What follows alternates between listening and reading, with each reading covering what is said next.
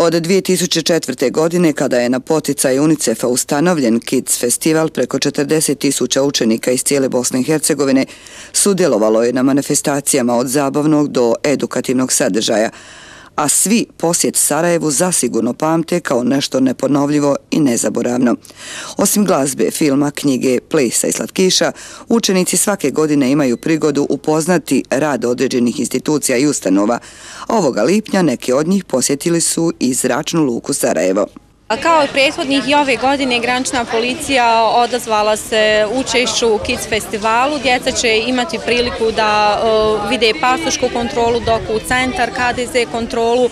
Uopće znači moći će se upoznati sa graničnom kontrolom, zatim specijalističku opremu kojom se koristi antibombni tim, kao i pokazne vježbe sa službenim psom. Djeca će vjerovatno imati priliku i da vide avion i mi zaista podržavamo ovakve aktivnosti, pogotovo za djecu koja dolazi iz udaljenijih gradova. Zadovoljstvo nam je kada na njihovim licima vidimo, izazovemo zapravo radost kada vide opremu koju nikad prije nisu imali priliku vidjeti, a također i da se upoznaju sa procedurama koje se moraju poštovati na aerodromima.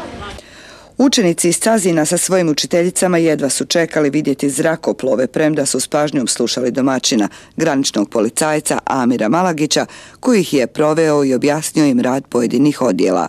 Oni su došli na Kids festival i onda smo u saradnju dogovorili posjetu aerodromu, čime su oni jako oduševljeni, može se to čuti od djece same. Volim helikoptere, avione.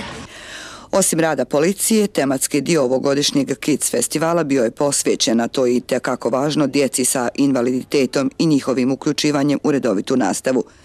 To će zasigurno pridonijeti tomu da djeca s posebnim potrebama budu na pravi način prihvaćena od svojih vršnjaka, kojim mnogo mogu pomoći u svladavanju svakodnevnih obveza.